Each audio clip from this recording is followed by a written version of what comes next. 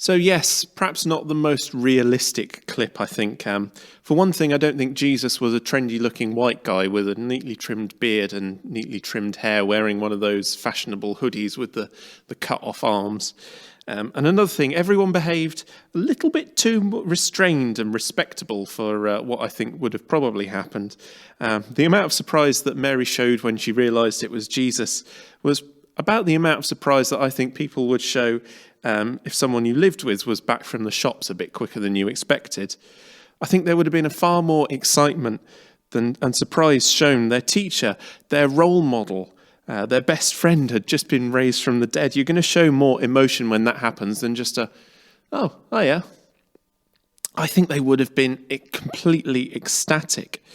I remember having a far too lengthy but not entirely serious discussion in our life group a year or two ago over whether Jesus' words to Mary about not holding on to him were because she was about to grab him or because she was hugging him far too tightly. If it were me, I'd have been absolutely shocked and delighted.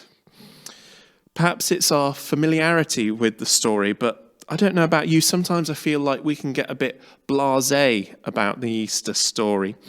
It fails to excite us as much as it should do. I mean, I'm not saying that it doesn't excite us at all and we're bored with it, but imagine that raw emotion.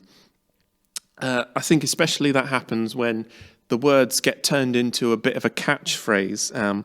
We hear the words, Jesus died for you, so many times that the words can begin to lose their impact and meaning, which is a great shame because the events we remember at Easter are by far and away the most important events in the entirety of human history. We need to recapture some of that excitement they had at the first Easter. We need a wake-up call, if you like, not just our church in Burwell, but the worldwide church and even the whole of the human race.